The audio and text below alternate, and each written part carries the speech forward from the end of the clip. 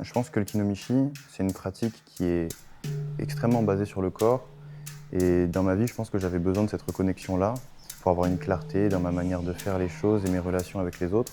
Ça permet une ouverture plus simple que de se confronter directement avec nos troubles et ça permet de s'émanciper un petit peu de notre cadre intellectuel et de s'ouvrir aux autres.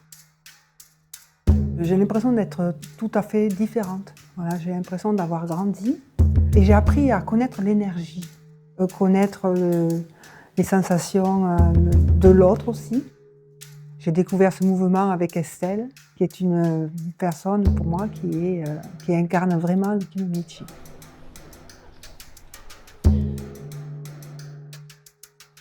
Le kinomichi, c'est l'ouverture d'un espace-temps privilégié où on peut être à l'écoute de soi, de son corps, d'être à la rencontre de l'autre. C'est une ouverture du cœur qui s'exprime par le mouvement avec l'autre, mais aussi avec tout ce qui nous entoure. C'est la rencontre des souffles. Tout est dans le son, la vibration. Dans le kinomichi, ça développe ces perceptions-là. Quand on est dans la rencontre de l'autre aussi, il y a ce jeu du miroir qui s'exprime à travers notre posture, à travers notre respiration.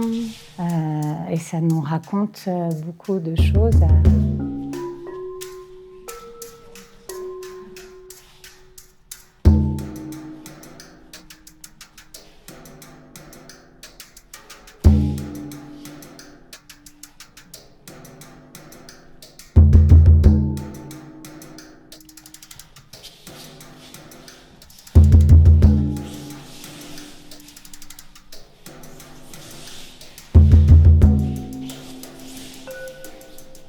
Le kinomichi a pu m'enseigner au niveau du regard, dans le sens que la première ressenti très claire, c'était que j'ai appris à me voir, à ressentir ma respiration et puis cette ouverture au niveau du cœur. Et après, l'œil doucement, il a commencé à pouvoir voir l'autre, le partenaire. Comment je me positionne avec la rencontre. Et après, tout le reste, l'invisible, caresser l'espace, par exemple. C'est une phrase qui arrive très souvent dans les kinomichi. Pour moi, c'est une relation à l'invisible, l'espace, on ne le voit pas.